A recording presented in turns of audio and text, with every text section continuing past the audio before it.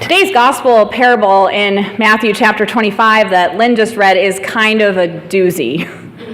Jesus says that the kingdom of heaven will be like this. There's 10 bridesmaids who are awaiting the bridegroom, and they take their lamps and go outside to stand watch for his arrival. We are told that 5 are foolish and 5 are wise.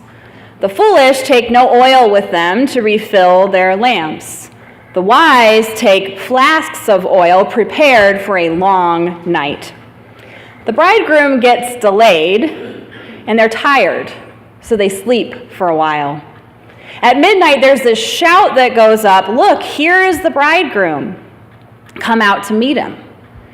The bridesmaids get up to trim their lamps, and the foolish and the wise, well, they have a really interesting exchange. The foolish have run out, right? And the wise refuse to give them any of their extra. They tell them to go and buy some for themselves. The foolish bridesmaids rush out to get that oil, and so doing, they miss the bridegroom completely. Those who were prepared go into this wedding banquet to celebrate, and the doors are shut behind them. The doors remain shut.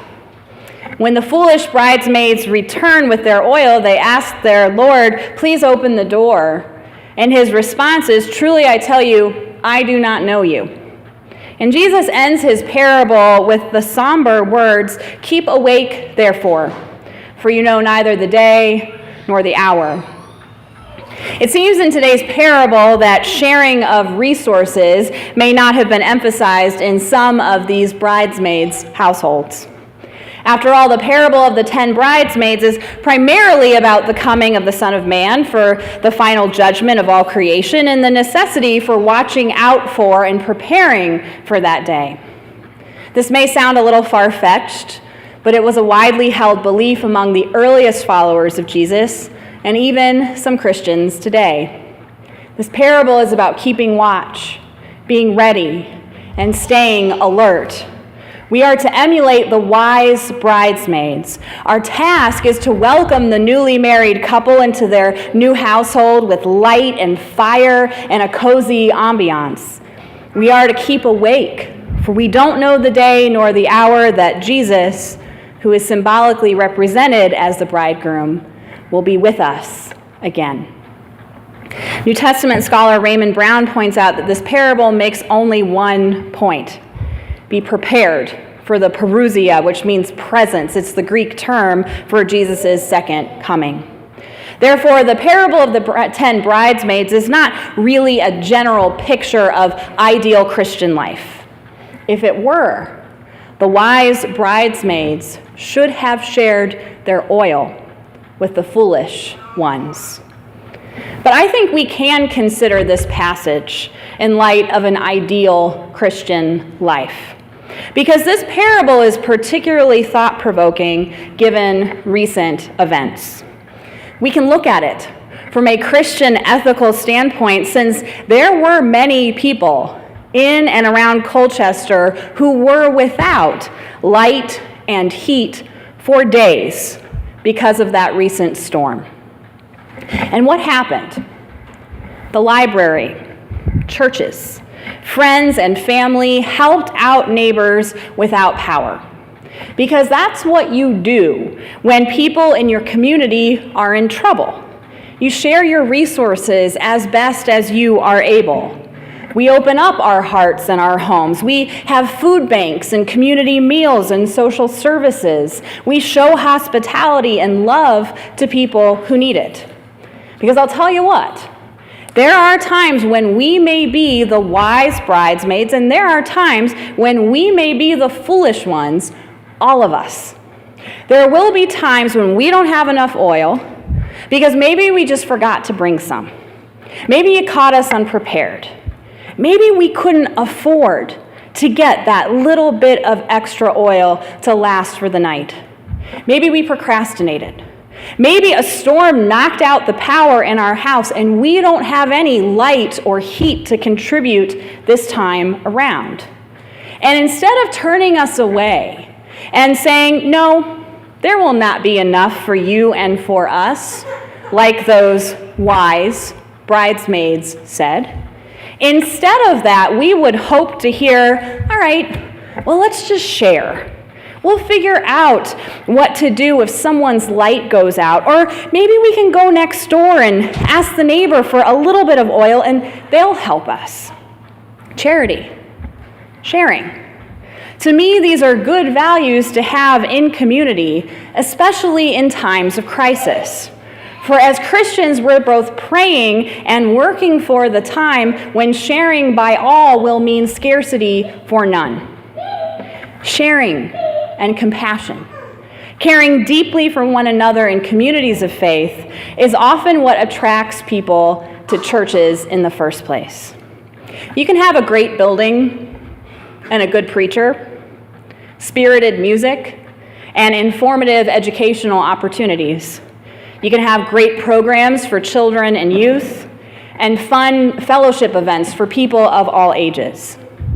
But what keeps people in the pews and wanting to formally commit to being part of a church is often the people inside that church building and how those people treat me and treat you and treat one another. Remember that children's rhyme? Here's the church, here's the steeple, open the doors and see all the people.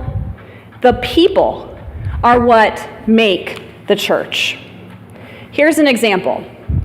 UCC minister Reverend Lillian Daniel once reflected on the practice of hospitality.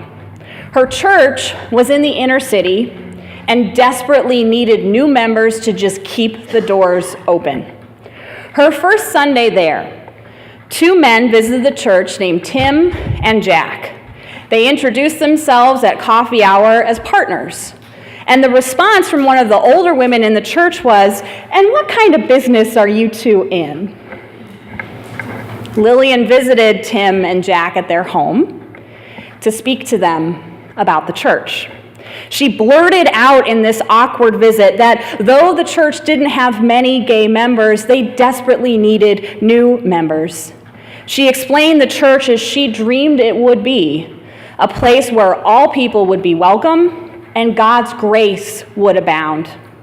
Tim and Jack listened and said they had prayed a lot about it and realized they wanted to be part of this community and that their ministry in the church would be a ministry of hospitality.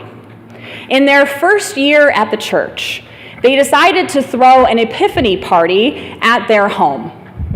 Lillian was worried sick, hoping that Jack and Tim's hospitality would be accepted, that the flock would show up for these two men who were really putting themselves out there and who were probably denied hospitality from the church in the past.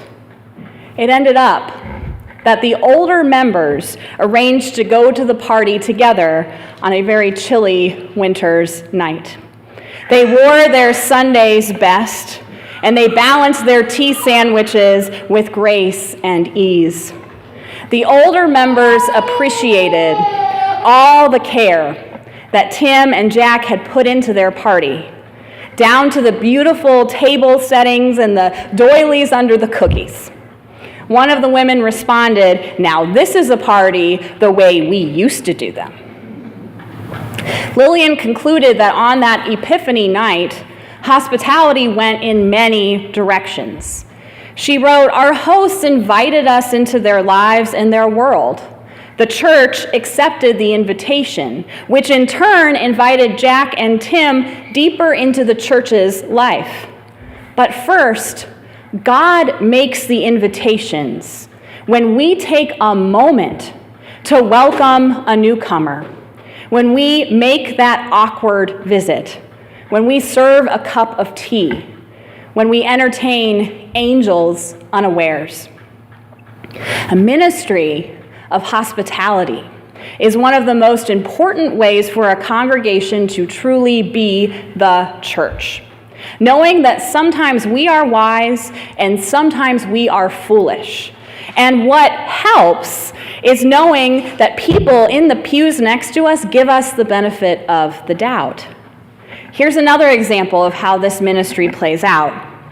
Reverend Christopher Perry, a United Methodist minister in Alabama, once wrote, "Robinson Springs UMC, where I currently serve, is not overrun with resources. We do not have a large budget, a fancy children's area, or a worship center that will wow anyone, except with its history. But the laity of the church get that they can be the most welcoming church around. They help every person who comes through the doors to feel connected. That's the kind of community that Jesus would want all churches to be. Jesus didn't turn anybody away. We can always seek to create and maintain the kind of community where people who walk through the doors are made to feel not like a foreigner or even like a visitor, but like a part of the family just stopping in for the morning. As Perry goes on to say, you can be a Christian for 3 seconds and welcome someone. You can have a budget of $0 and make people feel loved. At the end of the day, if the parable of the 10 bridesmaids was about ethics and living a Christian life, where I've admittedly taken it today in this sermon, it points to the responsibility we have to people who are cold and hungry for whatever reason. And it's about the responsibility to go a step further, to make them feel welcome and loved, to extend that Christian hospitality. We can look at those 5 foolish bridesmaids and we can say, what a bunch of unprepared, undeserving women. What were they thinking? Or we can realize that there may have been times when we have been them, and that we didn't bring enough oil to last the night for whatever reason. And that instead of being punished for it and cast outside in the lonely, cold darkness, we were just waiting for someone to share some of that precious heat and light, to share that gift with us, so that we could all stand there holding out the light together and welcome God into our very midst. It's like someone once said, the age-old Christian strategy is to gather the folks, break the bread, and tell the stories. What are the ways we can gather the folks in and make everyone welcome? What does it look like when we break bread together in a shared community meal as the body of Jesus Christ? What stories will those of us who have been here for a while tell to those of us who are new to Colchester Federated Church? What new stories are we going to tell together? Thanks be to God. Amen.